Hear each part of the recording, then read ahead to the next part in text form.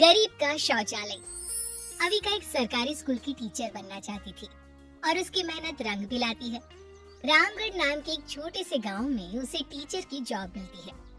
पर ये क्या, जब अविका गांव जाती है तो वो देखती है कि गांव में कहीं पर भी शौचालय नहीं है। गांव के सभी लोग खुले में शौच कर रहे हैं। ये देखकर अविका को बहुत ही अजीब लगता है और वो अपनी काकी से कहती है, काकी ये क्या, पूरे गांव में एक भी शौचालय नहीं है। मैं जब शहर से गांव आ रही थी तो मैंने देखा, पर मुझे कहीं शौचालय नहीं मिला। अब आप जल्दी से बताओ कि मैं कहाँ जाऊँ। अविका बेटा, अब तो तुझे रात के होने का इंतजार करना पड़ेगा, क्योंकि गांव में एक भी शौचालय नहीं है। आखिर गरीब गांव वाले कहाँ से बनाएंगे शौचालय। पर काकी, सरकार ने इतनी सारी फैसिलिटी चालू की है, फिर भी गांव वालों ने अपने घरों में शौचालय नहीं बनवाया। अविका बेटा, जिस आंगन में तुलसी माता की पूजा होती है उस घर में शौचालय नहीं बनाया करते। गंदगी को हमेशा घर से दूर रखा जाता है, ना कि घर में। अपनी काकी की ऐसी बातें सुनकर अविका को अपने कानों पर विश्वास नहीं होता कि आखिर शौचालय गंदगी कैसे हुई। पर अविका बेचारी कर भी क्या सकती थी। पूरे गांव में किसी के भी घर में शौचालय नहीं था, इसलिए अब वो रात होने का इंतजार कर रही थी और अंधेरा होते ही, काकी अब मैं और कंट्रोल नहीं कर सकती, अब जल्दी से चलिए।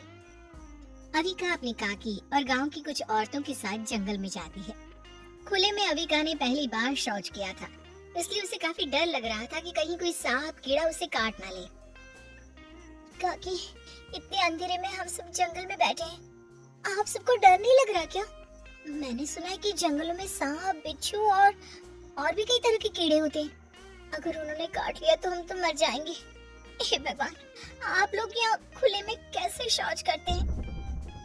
कुछ नहीं होगा अविका बेटा, हम सब है ना साथ में, और हमारी तो हमेशा से आदत रही है ऐसे खुले में जाने की। वैसे बहन, तुम्हारी भतीजी शायद इस गांव में पहली बार आई है, तभी इसे यहाँ के बारे में कुछ पता नहीं और वो ऐसी बातें कर रही है। हाँ बहन, सही कह रही हो तुम। मेरी भतीजी पहली बार गांव आई है। आखिर मेरी भतीजी टीचर जो बन गई है। अपने गांव में वो जो सरकारी स्कूल है ना, उसी की टीचर है मेरी भतीजी। बहुत जल्द उसे सरकार की तरफ से एक अपार्टमेंट मिल जाएगा, फिर तो मेरी भतीजी उसी में रहेगी। यहाँ तो वो बस कुछ दिनों की मेहमान है। अरे वाह, ये तो बहुत अच्छी बात है। सभी औरतें आपस में बैठकर बातें कर रही होती है, पर ये सब कुछ अविका को जरा भी अच्छा नहीं लग रहा था। पर बेचारी करती भी क्या, उसके पास और कोई दूसरा चारा भी तो नहीं था।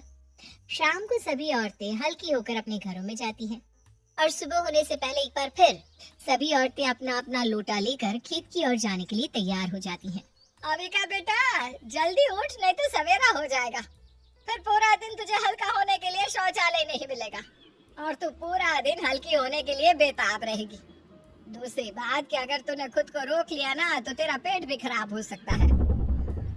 ओह, मैं तो भूल ही गई थी कि मैं गांव में हूँ और यहाँ किसी के भी घर में शौचालय नहीं है। और ये क्या, यहाँ के लोगों को ये पता है कि अगर हम फ्रेश नहीं होंगे तो पेट खराब होगा, लेकिन फिर भी एक शौचालय नहीं बना सकते। मैं कर भी क्या सकती हूँ। इतना बोलकर अविका अपनी काकी के साथ खेत में जाने के लिए तैयार होने लगती है और तभी उसे स्कूल की याद आती है। अविका, कैसे भूल गई तू? गांव में अगर किसी के घर में शौचालय नहीं है तो क्या हुआ? स्कूल तो सरकारी है, वहाँ तो डेफिनेटली होगा शौचालय। अब काकी, आप सब चले जाओ, मेरी तबीयत कुछ ठीक नहीं है, मैं आप लोगों के साथ नहीं जा पाऊंगी। इस तरह से अविका बहाना बनाकर सो जाती है। कुछ देर बाद अविका स्कूल जाती है, पर जब वो स्कूल की बुरी दशा देखती है तो उसे अपनी आंखों पर विश्वास नहीं होता। स्कूल की बेचारी सभी बच्चियां घेरा बनाकर शौच कर रही थी। हे भगवान, मैं ये सब कुछ क्या देख रही हूँ?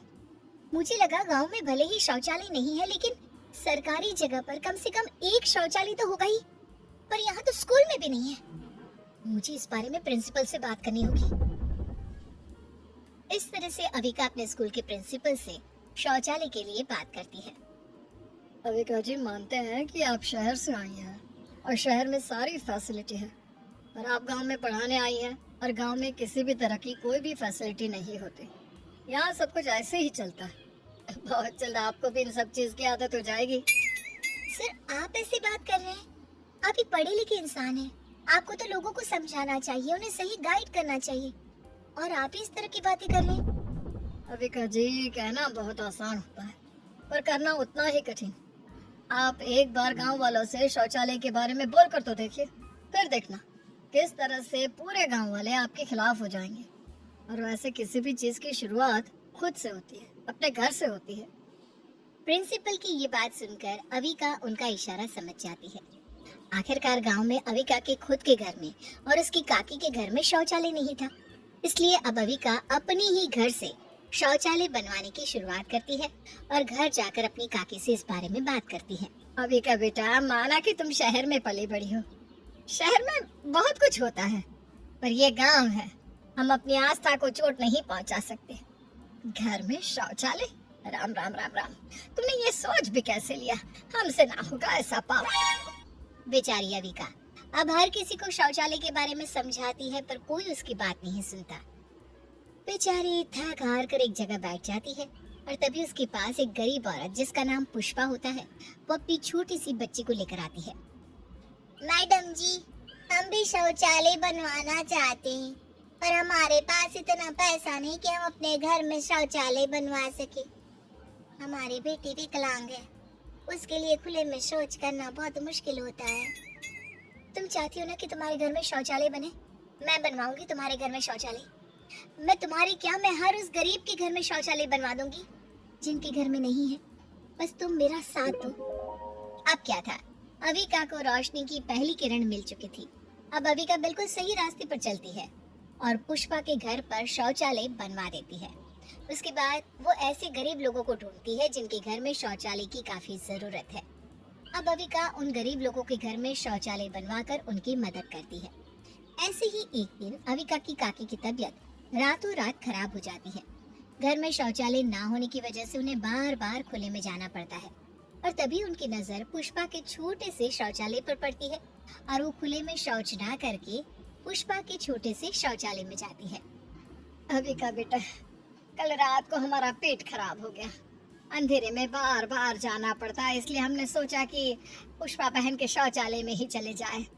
तुम सही कहती थी बिटिया, शौचालय बहुत जरूरी है, इसलिए हमने भी सोच लिया है कि अब हम गरीब भी पाई पाई जोड़कर अपने घर में एक शौचालय बनवाएंगे। यही तो मैं आप सबको समझा रही थी काकी, कि शौचालय सिर्फ अमीर लोगों का या शहरी लोगों के लिए नहीं है, वो आप जैसे गरीबों के लिए भी है। क्या हुआ अगर आपके घर का शौचालय छोटा सा है या टूटा फूटा है? फर्क तो इस बात से पड़ता है कि आपके घर में शौचालय है। अब गांव के सभी गरीब जो अपनी गरीबी दिखाकर शौचालय से दूर भागा करते थे, वही लोग अपने घर में पैसे जोड़कर छोटा सा शौचालय बनवाते हैं और उसका सही इस्तेमाल करते हैं।